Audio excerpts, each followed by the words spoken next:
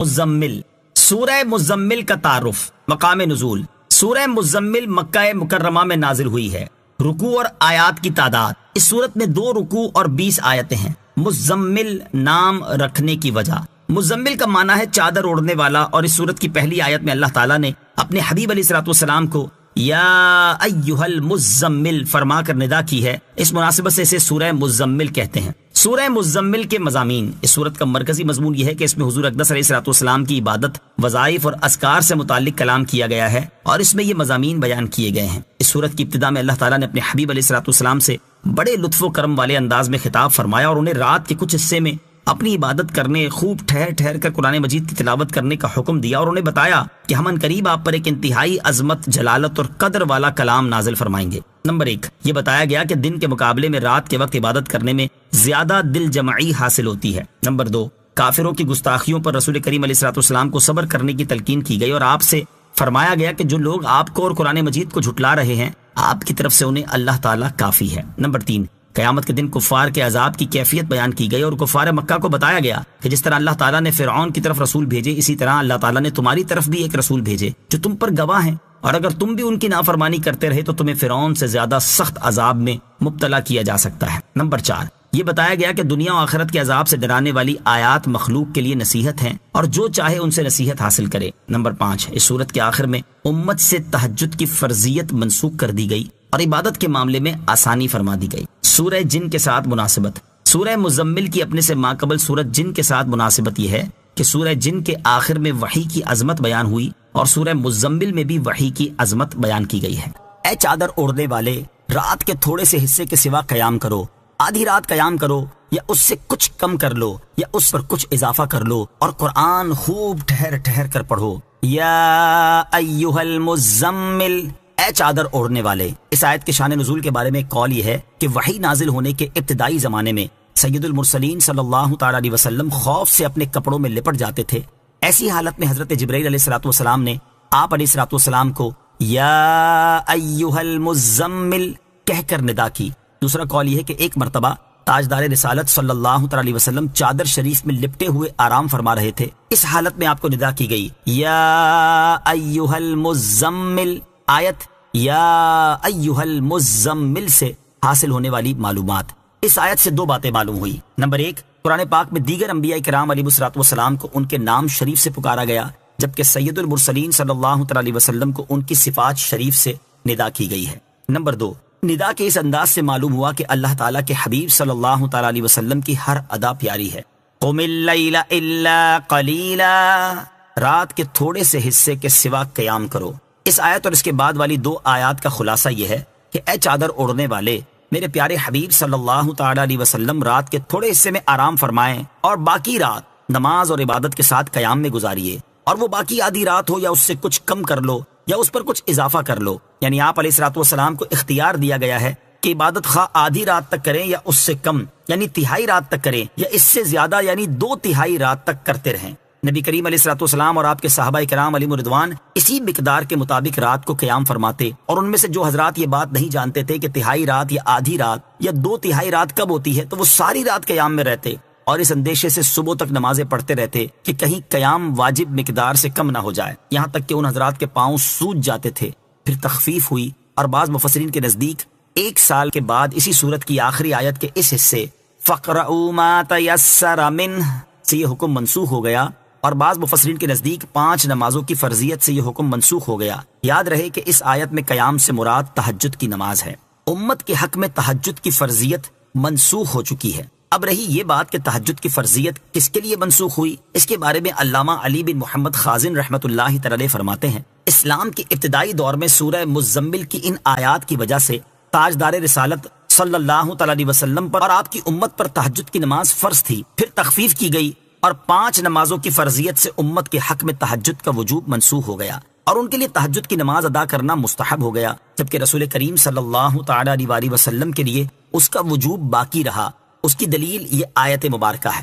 وَمِنَ اللَّيْلِ فَتَهَجَّدْ بِهِ نَافِلَةً لَكَ، ترجمہ، اور رات کے کچھ حصے میں تہجد پڑھو، یہ خاص تمہارے لیے زیادہ ہے، یعنی آپ پر اللہ تعالیٰ نے جو اور عبادات فرض کی ہیں ان کے ساتھ ساتھ مزید تہجد کی نماز پڑھنا بھی خاص آپ کے لیے فرض ہے۔ جمہور مفسرین اور فقہا کے نزدیک سید المرسلین صلی اللہ تعالی علیہ وسلم پر فرض نمازوں کے علاوہ نماز تہجد کی فرضیت بھی باقی رہی، جبکہ امت کے حق میں منسوخ ہوئی، اور دلائل کی روح سے بھی یہی صحیح ہے، جیسا کہ اعلیٰ حضرت امام احمد رضا خان رحمۃ اللہ تعالی فرماتے ہیں، قول جمہور مذہب مختار و منصور حضور پرنور علیہ الصلوۃ والسلام کے حق میں تہجد کی فرضیت کا ہے۔ اسی پر ظاہر قرآن عظیم شاہد، اور اسی طرف حدیث مرفوع وارد۔ قال اللہ تعالی یا ایھا المزمل قم اللیل الا قلیلا، اللہ تعالیٰ کا فرمان ہے، اے چادر اڑنے والے، رات کے تھوڑے سے حصے کے سوا قیام کرو۔ وقال تعالی ومن اللیل فتہجد بہ، اور ارشاد فرمایا اور رات کے کچھ حصے میں تہجد پڑھو۔ ان آیتوں میں خاص حضور اقدس صلی اللہ علیہ وسلم کو امر الہی ہے، اور امر الہی مفید وجوب، اور اللہ تعالیٰ کا نافلہ فرمانا اس وجوب کے منافی نہیں، کیونکہ نافلہ کا معنی ہے زائدہ۔ اب اس آیت کا معنی یہ ہوگا کہ آپ کے فرائض یا درجات میں یہ اضافہ ہے کہ آپ پر یہ لازم واجب ہے، کیونکہ فرائض سب سے بڑے درجے اور فضیلت پر فائز کرنے کا سبب بنتے ہیں، بلکہ اس کی تائید اللہ تعالیٰ کے اس ارشاد لکا سے ہو رہی ہے۔ امام ابن حمام فرماتے ہیں کہ بعض اوقات مجرور یعنی حرف کاف کے ساتھ مقید کرنا اسی بات کا فائدہ دیتا ہے، یعنی یہ فرائض میں آپ کے لیے اضافہ ہے، کیونکہ متعارف نوافل صرف آپ ہی کے لیے نہیں بلکہ اس میں آپ اور دیگر لوگ مشترک ہیں۔ اور مفتی شریف الحق امجدی رحمۃ اللہ تعالی اسی مسئلے کی تحقیق کرنے کے بعد فرماتے ہیں، صحیح یہ ہے کہ نماز تہجد حضور اقدس علیہ الصلوۃ والسلام پر نماز پنجگانہ کی فرضیت کے بعد بھی فرض رہی۔ اور مفتی نعیم الدین مراد آبادی رحمۃ اللہ تعالی فرماتے ہیں، نماز تہجد سید عالم صلی اللہ علیہ وسلم پر فرض تھی۔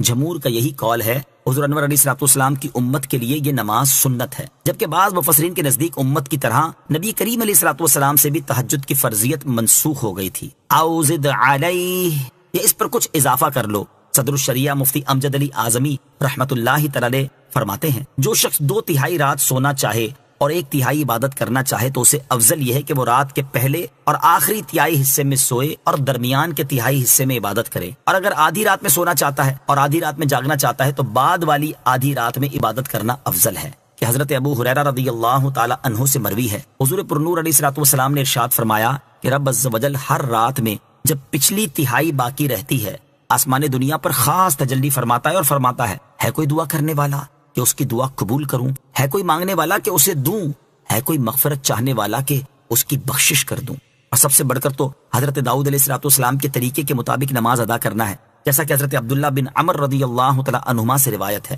حضور اقدس صلی اللہ تعالی علیہ وسلم نے ارشاد فرمایا، سب نمازوں میں اللہ عز و جل کو زیادہ محبوب نماز داؤد ہے کہ وہ آدھی رات سوتے اور تہائی رات عبادت کرتے، پھر چھٹے حصے میں سوتے تھے۔ وَرَتِّلِ الْقُرْآنَ تَرْتِيلًا، اور قرآن خوب ٹھہر ٹھہر کر پڑھو۔ اس کا معنی یہ ہے کہ اطمینان کے ساتھ اس طرح قرآن پڑھو کہ حروف جدا جدا رہیں، جن مقامات پر وقف کرنا ہے ان کا اور تمام حرکات اور مدات کی ادائیگی کا خاص خیال رہے۔ آیت کے آخر میں ترتیلا فرما کر اس بات کی تاکید کی جا رہی ہے کہ قرآن پاک کی تلاوت کرنے والے کے لیے ترتیل کے ساتھ تلاوت کرنا انتہائی ضروری ہے۔ حضرت عبداللہ بن عمر رضی اللہ تعالیٰ عنہما سے روایت ہے، نبی اکرم صلی اللہ تعالیٰ علیہ وسلم نے ارشاد فرمایا، قیامت کے دن قرآن پڑھنے والے سے کہا جائے گا پڑھتا جا اور ترقی کی منازل طے کرتا جا، اور اس طرح ٹھہر کر پڑھ جس طرح دنیا میں ٹھہر ٹھہر کر پڑھتا تھا، جہاں تو آخری آیت پڑھے گا اسی کے پاس تیری منزل ہے۔ قرآن پاک کی قرآت سے متعلق چند احکام۔ یہاں آیت کی مناسبت سے قرآن مجید کی قرآت سے متعلق 4 ضروری احکام سماعت فرمائیں۔ نمبر 1، تجوید قرآن پاک کی آیت، متواتر احادیث، صحابہ کرام، تابعین اور تمام ائمہ کرام کے مکمل اجماع کی وجہ سے حق اور واجب اور اللہ تعالیٰ کے دین اور شریعت کا علم ہے۔ اللہ تعالیٰ ارشاد فرماتا ہے، وَرَتِّلِ الْقُرْآنَ تَرْتِيلًا، اسے مطلقاً ناحق بتانا کلمہ کفر ہے۔ نمبر 2، قرآن پاک کو اتنی تجوید سے پڑھنا فرض عین ہے جس سے حروف صحیح ادا ہوں اور غلط پڑھنے سے بچے۔ نمبر 3، جس سے حروف صحیح ادا نہیں ہوتے اس پر واجب ہے کہ حروف صحیح ادا کرنے کی رات دن پوری کوشش کرے، اور اگر نماز میں صحیح پڑھنے والے کی اقتدا کر سکتا ہو تو جہاں تک ممکن ہو اس کی اقتدا کرے، یا وہ آیتیں پڑھے جن کے حروف صحیح ادا کر سکتا ہو، اور یہ دونوں صورتیں ناممکن ہوں تو کوشش کے زمانے میں اس کی اپنی نماز ہو جائے گی، اور اگر کوشش بھی نہیں کرتا تو اس کی خود بھی نماز نہیں ہوگی، اور دوسرے کی اس کے پیچھے کیا ہوگی۔ آج کل عام لوگ اس میں مبتلا ہیں کہ غلط پڑھتے ہیں اور صحیح پڑھنے کی کوشش نہیں کرتے، ان کی اپنی نمازیں باطل ہیں۔ نمبر 4، فرضوں میں ٹھہر ٹھہر کر قرات کی جائے، تراویح میں متوسط انداز پر اور رات کے نوافل میں جلد پڑھنے کی اجازت ہے، لیکن ایسا پڑھے کہ سمجھ میں آ سکے، یعنی کم سے کم مد کا جو درجہ قاریوں نے رکھا ہے اس کو ادا کرے، ورنہ حرام ہے، اس لیے کہ ترتیل سے قرآن پڑھنے کا حکم ہے۔ آج کل کے اکثر حفاظ اس طرح پڑھتے ہیں کہ مد کا ادا ہونا تو بڑی بات ہے، یعلمون تعلمون کے سوا کسی لفظ کا پتہ بھی نہیں چلتا ہے، نہ حروف کی تصحیح ہوتی ہے، بلکہ جلدی میں لفظ کے لفظ کھا جاتے ہیں، اور اس پر ایک دوسرے سے فخر ہوتا ہے کہ فلاں اس قدر جلد پڑھتا ہے، حالانکہ اس طرح قرآن مجید پڑھنا حرام اور سخت حرام ہے۔ ایک اور مقام پر صدر الشریعہ مفتی امجد علی اعظمی رحمۃ اللہ تعالی اپنے زمانے کے حفاظ کی حالت بیان کرتے ہوئے فرماتے ہیں، افسوس صد افسوس کہ اس زمانے میں حفاظ کی حالت نہایت ناگفتہ بے ہے۔ اکثر تو ایسا پڑھتے ہیں کہ یعلمون تعلمون کے سوا کچھ پتہ نہیں چلتا، الفاظ و حروف کھا جایا کرتے ہیں۔ جو اچھا پڑھنے والے کہے جاتے ہیں انہیں دیکھیں تو حروف صحیح نہیں ادا کرتے، حمزہ، الف، عین اور ذا، زا، ضا اور ثا، سین، صاد، تا، تو وغیرہ حروف میں فرق نہیں کرتے، جس سے قطعا نمازی نہیں ہوتی۔ فقیر کو انہی مصیبتوں کی وجہ سے 3 سال ختم قرآن مجید سننا نہ ملا۔ مولا عز و جل مسلمان بھائیوں کو توفیق دے کہ ما انزل اللہ، یعنی جس طرح اللہ تعالیٰ نے قرآن پاک نازل فرمایا اسی طرح پڑھنے کی کوشش کریں۔ اور فی زمانہ حفاظ کا تو جو حال ہو چکا ہے وہ تو ایک طرف عوام اور مساجد کی انتظامیہ کا حال یہ ہو چکا ہے کہ تراویح کے لیے اس حافظ کو منتخب کرتے ہیں جو قرآن پاک تیزی سے پڑھے، جتنا جلدی ہو سکے تراویح ختم ہو جائے، اور اس امام کے پیچھے تراویح پڑھنے سے جو تجوید کے مطابق قرآن پڑھتا ہے اس لیے دور بھاگتے ہیں کہ یہ دیر میں تراویح ختم کرے گا۔ اور بعض جگہ تو یوں ہوتا ہے کہ تراویح پڑھانے والے کو مسجد انتظامیہ کی طرف سے ٹائم بتا دیا جاتا ہے کہ اتنے منٹ میں آپ کو تراویح ختم کرنی ہے، اور اگر اس وقت سے 5 منٹ بھی لیٹ ہو جائے تو حافظ صاحب کو سنا دیا جاتا ہے کہ حضرت آپ نے اتنے منٹ لیٹ کر دی، آئندہ خیال رکھیے گا۔ اے کاش کہ مسلمان اپنے وقت کا خیال کرنے کی بجائے اپنی نماز کی حفاظت کی فکر کریں۔ اللہ تعالیٰ مسلمانوں کو ہدایت عطا فرمائے، آمین۔ نوٹ: ترتیل کی حدود، ان کی تفصیلات اور احکام جاننے کے لیے فتاوی رضویہ جلد نمبر 6 صفحہ 275 تا 282 کا مطالعہ کیجیے۔ اِنَّا سَنُلْقِي عَلَيْكَ قَوْلًا ثَقِيلًا۔ ترجمہ: بے شک ان قریب ہم تم پر ایک بھاری بات ڈالیں گے۔ اِنَّا سَنُلْقِي عَلَيْكَ قَوْلًا ثَقِيلًا، بے شک ان قریب ہم تم پر ایک بھاری بات ڈالیں گے۔ اس آیت کی ایک تفسیر یہ ہے کہ اے حبیب صلی اللہ تعالیٰ علیہ وسلم، ہم ان قریب آپ پر ایک انتہائی عظمت، جلالت اور قدر والا کلام نازل فرمائیں گے، اور اس کی عظمت و جلالت کی وجہ یہ ہے کہ وہ رب العالمین کا کلام ہے، لہٰذا آپ خود کو وہ عظیم بات قبول کرنے کے لیے تیار رکھیں۔ دوسری تفسیر یہ ہے کہ اے حبیب صلی اللہ تعالیٰ علیہ وسلم، ان قریب ہم آپ پر قرآن نازل فرمائیں گے جس میں احکامات اور ممنوعات ہیں جو کہ سخت تکلیف دہ اور شرعی احکام کے پابند عام لوگوں پر بھاری پڑیں گے، اس لیے آپ ابھی سے انہیں بھاری احکام کا عادی بنائیں۔ تیسری تفسیر یہ ہے کہ اے حبیب صلی اللہ تعالیٰ علیہ وسلم، ان قریب ہم آپ پر ایسا کلام نازل فرمائیں گے جس کا نازل ہونا بہت بھاری ہے۔ قرآن پاک کے نزول کے بارے میں ایک اور مقام پر ارشاد فرمایا، لو انزلنا هذا القرآن على جبل لرأيته خاشعا متصدعا من خشية الله وتلك الأمثال نضربها للناس لعلهم يتفكرون۔ ترجمہ: اگر ہم یہ قرآن کسی پہاڑ پر اتارتے تو ضرور تم اسے جھکا ہوا اللہ کے خوف سے پاش پاش دیکھتے، اور ہم یہ مثالیں لوگوں کے لیے بیان فرماتے ہیں تاکہ وہ سوچیں۔ اور حضرت زید بن ثابت رضی اللہ تعالیٰ عنہ فرماتے ہیں، اللہ تعالیٰ نے اپنے حبیب علیہ الصلوۃ والسلام پر وحی نازل کی، اور اس وقت آپ کی ران میری ران پر تھی، مجھے اپنے اوپر اتنا بوجھ محسوس ہوا جس سے مجھے ڈر لگ گیا کہ کہیں میری ران ٹوٹ ہی نہ جائے۔ إِنَّ نَاشِئَةَ اللَّيْلِ هِيَ أَشَدُّ وَطْئًا وَأَقْوَمُ قِيلًا إِنَّ لَكَ فِي النَّهَارِ سَبْحًا طَوِيلًا۔ ترجمہ: بے شک رات کو قیام کرنا زیادہ موافقت کا سبب ہے اور بات خوب سیدھی نکلتی ہے، بے شک دن میں تو تمہیں بہت سے کام ہیں۔ اِنَّ نَاشِئَةَ اللَّيْلِ، بے شک رات کو قیام کرنا یعنی رات سونے کے بعد اٹھ کر عبادت کرنا دن کی نماز کے مقابلے میں زبان اور دل کے درمیان زیادہ موافقت کا سبب ہے، اور اس وقت قرآن پاک کی تلاوت کرنے اور سمجھنے میں زیادہ دل جمعی حاصل ہوتی ہے، کیونکہ وہ وقت سکون اور اطمینان کا ہے، شور و غل سے امن ہوتا ہے، کامل اخلاص نصیب ہوتا ہے، ریاکاری اور نمود و نمائش کا موقع نہیں ہوتا۔ ان لک فی النہار، بے شک دن میں تمہیں، یعنی اے حبیب صلی اللہ تعالی علیہ وآلہ وسلم، بے شک دن میں تو آپ بہت سے کاموں میں مصروف رہتے ہیں جس کی وجہ سے یکسوئی کے ساتھ عبادت نہیں ہو پاتی، لہٰذا آپ رات کے اوقات کو اللہ تعالیٰ کی عبادت کرنے اور اس سے مناجات کرنے کے لیے خاص رکھیں۔ وَاذْكُرِ اسْمَ رَبِّكَ وَتَبَتَّلْ إِلَيْهِ تَبْتِيلًا۔ ترجمہ: اور اپنے رب کا نام یاد کرو اور سب سے ٹوٹ کر اسی کے بنے رہو۔ وَاذْكُرِ اسْمَ رَبِّكَ، اور اپنے رب کا نام یاد کرو۔ اس کا ایک معنی یہ ہے کہ اے حبیب صلی اللہ تعالیٰ علیہ وآلہ وسلم، آپ رات اور دن کے تمام اوقات میں اپنے رب عز و جل کا نام یاد کرتے رہیں، چاہے وہ تسبیح اور کلمہ طیبہ پڑھنے سے ہو، نماز ادا کرنے، قرآن پاک کی تلاوت کرنے اور علم کا درس دینے کے ساتھ ہو۔ دوسرا معنی یہ ہے کہ اے حبیب صلی اللہ تعالیٰ علیہ وسلم اپنی قراءت کی ابتدا میں بسم اللہ الرحمن الرحیم پڑھیں۔ یاد رہے کہ نماز کے علاوہ اگر قرآن پاک کی تلاوت سورت کی ابتدا سے کی جائے تو بسم اللہ پڑھنا سنت ہے، اور اگر سورت کے درمیان سے تلاوت شروع کی جائے تو بسم اللہ پڑھنا مستحب ہے، اور نماز میں سورہ فاتحہ کے بعد سورت کی تلاوت سے پہلے بسم اللہ پڑھنا سنت نہیں۔ وَتَبَتَّلْ إِلَيْهِ تَبْتِيلًا، اور سب سے ٹوٹ کر اسی کے بنے رہو، یعنی اللہ تعالیٰ کی عبادت ایسی ہو کہ اس میں انقطاع کی صفت ہو، کہ دل اللہ تعالیٰ کے سوا اور کسی کی یاد میں مشغول نہ ہو، اس کی عبادت کے وقت سب سے تعلق ختم ہو جائے اور صرف اسی کی طرف توجہ رہے۔ یاد رہے کہ اس آیت سے یہ ثابت نہیں ہوتا کہ انسان نکاح کرنا چھوڑ دے اور سب سے ناطا توڑ کر کسی جنگل، غار یا ویران جگہ میں اللہ اللہ کرنا شروع کر دے، کیونکہ یہ اسلام میں منع ہے۔ جیسا کہ حضرت طاؤوس رضی اللہ تعالیٰ عنہ سے مروی ہے، نبی اکرم صلی اللہ تعالیٰ علیہ وآلہ وسلم نے ارشاد فرمایا، اسلام میں نکاح نہ کرنا اور لوگوں سے کنارہ کش ہو کر عبادت کرنا منع ہے۔ حضرت سعد بن ہشام رضی اللہ تعالیٰ عنہ نے حضرت عائشہ صدیقہ رضی اللہ تعالیٰ عنہا سے پوچھا کہ نکاح نہ کرنے کے بارے میں آپ کی کیا رائے ہے؟ تو آپ رضی اللہ تعالیٰ عنہ نے فرمایا، کیا تم نے اللہ تعالیٰ کا یہ فرمان نہیں سنا؟ وَلَقَدْ أَرْسَلْنَا رُسُلًا مِّن قَبْلِكَ وَجَعَلْنَا لَهُمْ أَزْوَاجًا وَذُرِّيَّةً، اور بے شک ہم نے تم سے پہلے رسول بھیجے اور ان کے لیے بیویاں اور بچے بنائے، لہٰذا تم نکاح کرنے سے کنارہ کشی نہ کرو۔ اور ایک روایت میں ہے حضرت عائشہ رضی اللہ تعالی عنہا نے فرمایا، اے شام، نکاح کرنے سے کنارہ کشی نہ کرو، کیونکہ اللہ تعالیٰ نے ارشاد فرمایا،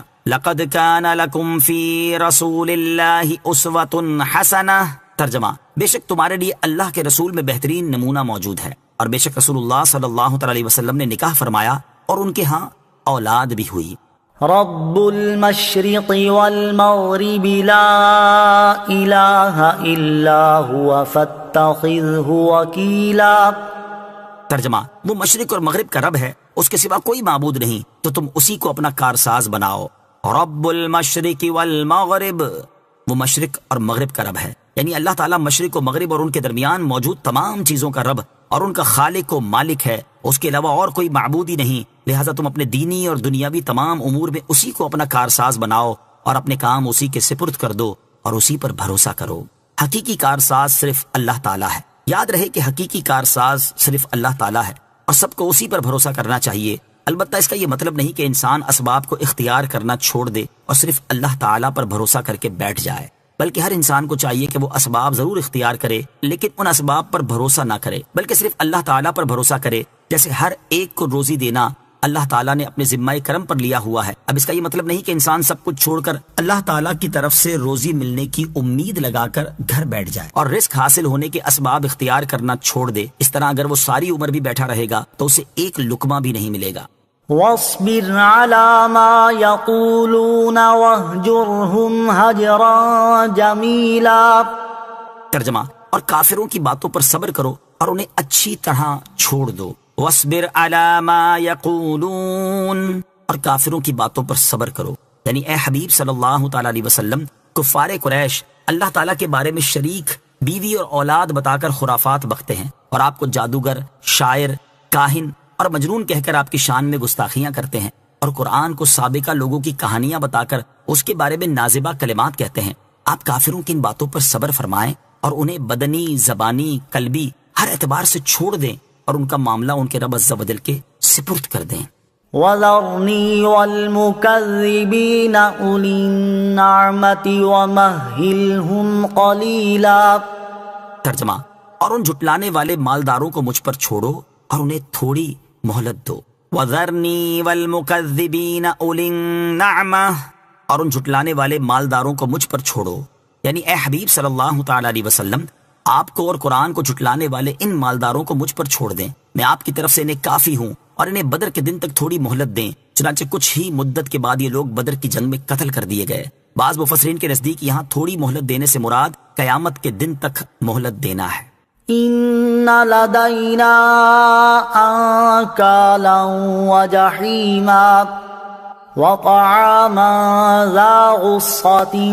وعذابا أليما يوم ترجف الأرض والجبال وكانت الجبال كثيبا مهيلا۔ ترجمہ: بے شک ہمارے پاس بھاری بیڑیاں اور بھڑکتی آگ ہے اور گلے میں پھنسنے والا کھانا اور دردناک عذاب ہے، جس دن زمین اور پہاڑ تھر تھرائیں گے اور پہاڑ ریت کا بہتا ہوا ٹیلا ہو جائیں گے۔ ان لدینا انکالا، بے شک ہمارے پاس بھاری بیڑیاں ہیں۔ اس آیت اور اس کے بعد والی آیت میں کفار کے عذاب کا وصف بیان کرتے ہوئے فرمایا کہ جنہوں نے نبی کریم صلی اللہ تعالی علیہ وآلہ وسلم کو جھٹلایا ان کے لیے ہمارے پاس آخرت میں